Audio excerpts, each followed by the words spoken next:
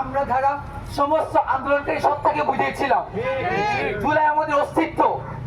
এখানে আমি মাহদি কিংবা আমাদের ব্যক্তিগত কোনো এখানে পারপাস ছিল না। আমরা জুলাই গণঅভ্যুত্থানের সকল অংশীজন, সকল জুলাই যোদ্ধা যা আমাদের পাশে দাঁড়িয়েছিলেন, যা আমাদের সাথে লড়াই করেছিলেন। এবং আমি স্পষ্ট বলেছি, আমি বলতে চেয়েছিলাম যে যখন বিক্ষুব্ধ জনতা টানাই আত্মপ্রতিরোধ গড়ে তুলেছিলেন, অন্যদিকে সারা দেশে আমাদের কেন্দ্রীয় নির্দেশনা অনুযায়ী আমরা সারা দেশে বিভিন্ন থানা এবং হবিগঞ্জে আমরা অন্যান্য থানাগুলোকে আমরা পাহারা দিয়েছি, অক্ষত করেছি। ওই জায়গা থেকে অন্তত এই ব্লেমগুলো আমাদের পক্ষে এগুলা কখনই শোচনীয় নয়। পরবর্তী সময়ে বৈষম্য ছাত্র আন্দোলন সহ সারা দেশের সহযোদ্ধা ভাইরা আমার পাশে দাঁড়ানোর পর আপনারা দেখতে পেয়েছেন, বাকি ইতিহাস আপনারা জানেন। এবং আমি মনে করি কি কারণে মূলত আমাকে এবং আপনারা দেখতে পেয়েছেন আমার পাশে আমার বোন সুরভি বসে আছে। আমরা স্পষ্ট বলতে চাই, সুরভিকে মুক্ত করা হয়েছে, কিন্তু তার পিছনে যারা এই 17 বছরকে 21 বছর বানিয়েছিল, যারা 50,000কে 50 কোটি বানিয়েছিল, এই কুশলবিদকে বাংলাদেশের জাতির কাছে উন্মোচন করতে হবে। এবং আমরা স্পষ্ট বলতে চাই, দ্রুত সময়ের মধ্যে যে ঘাটতির কারণে মূলত এই আস্ফালন দেখানো হয়েছে, এতদিন হয়েছে আমাদের অধ্যাদেশ জারি করা হচ্ছে না। আমাদের বৈষম্য ছাত্র আন্দোলনের 3 দফার অন্যতম দাবি, দ্রুত সময়ের মধ্যে জুলাই গণঅভ্যুত্থানের সেই জুলাই থেকে একদম 8 আগস্ট পর্যন্ত জুলাই অভ্যুত্থানের সকল কর্মকাণ্ডকে দ্রুত সময়ের মধ্যে দায়মুক্ত ঘোষণা করতে হবে। তো এই গণঅভ্যুত্থানের মাধ্যমে যে গভর্নমেন্ট ফর্ম করা হচ্ছে তাদেরকে তাদের শোচনীয় করার জন্য প্রস্তুতি নিতে হবে।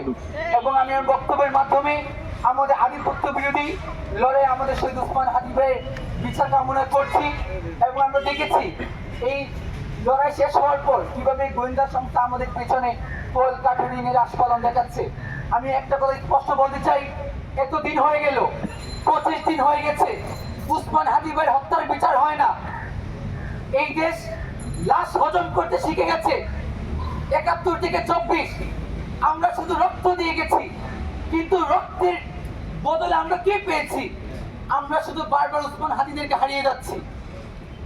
25 দিনও কি গভর্নমেন্ট এতটা আইনের প্রতি এতটা তারা দুর্বলতা তারা প্রকাশ করছে যে 25 দিন পরে আমাদের ওসমান হাদির হত্যাকারীদের গ্রেফতার করা যাচ্ছে না? নিন্দা জানাচ্ছি আজকে এখান থেকে। এবং আমি একটু করে স্পষ্ট বলতে চাই, মনে করলাম খানিকক্ষণের জন্য ধরে নিলাম যে গ্রেফতারকারী একদম ফয়সালা একদম হাওয়া হয়ে গেছে, তাকে গ্রেফতার করা যাচ্ছে না। কিন্তু এত ইন্টেলিজেন্স, এত গোয়েন্দা সংস্থানে আপনারা বড়াই করেন, এত দিন হয়ে গেল, এখনো কি এর পিছনে তারা আস্ফালন দেখাচ্ছে? কোনো দেশি শক্তি কাজ করছে?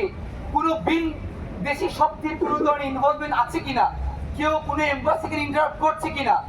এটা ডিসক্লোজ করার যদি সক্ষমতা কোনো বাংলাদেশের গোয়েন্দা সংস্থা না থাকে, আমরা এখান থেকে আহ্বান জানাই, নয়তো এই গোয়েন্দা সংস্থা ইন্টেলিজেন্স গুলোকে বন্ধ করে দেন। আমাদের রক্তের উপর তারা যে ইন্টেলিজেন্স গুলো রান করছে, আমাদের ট্যাক্সের টাকায়, জনগণের ট্যাক্সের টাকায় যে ইন্টেলিজেন্স গুলো রান করে, যেগুলো আমাদের জনগণের দায়বদ্ধতার সময় জনগণের কাজে আসে না, এই ইন্টেলিজেন্স গুলো আমাদের দরকার নাই। যে আশা প্রত্যাশা আমার ওসমান হাদিবের হত্যার বিচার চেয়ে আমাদের উপর যে ভ্রান্ত মামলা দেওয়া হয়েছে, সেই মামলাকে দ্রুত সময়ের মধ্যে আমাদের যে দাবি দেওয়া হয়েছে উইথড্র করার মাধ্যমে, পাশাপাশি আমাদের বৈষম্য বিরোধী সমস্ত দাবির প্রতি আমি একাত্মতা পোষণ করি। আপনাদের উপস্থিত হয়েছেন আমার যে সকল ভাইরা আজকে কাতার দাঁড়িয়েছে, আমার পেছনে অনেক ভাইরা দাঁড়িয়েছে, তাদের প্রতি আমি কৃতজ্ঞ রইলাম। এবং সারা দেশ আমাকে যে কৃতজ্ঞ বানিয়ে ফেলেছেন, আমি প্রত্যাশা করব আপনাদের মাহাদিকে যতটুকু আপনি ইচ্ছা দেখে এই জায়গাতে নিয়ে এসেছেন, আমার প্রতি প্রত্যাশা রাখবেন, আমার প্রতি ভরসা রাখবেন, যেন আমি দেশের জন্য শহীদ হতে পারি। সে আশার প্রত্যাশা ব্যক্ত করে আমি আমার কথা শেষ করি। ধন্যবাদ সবাই।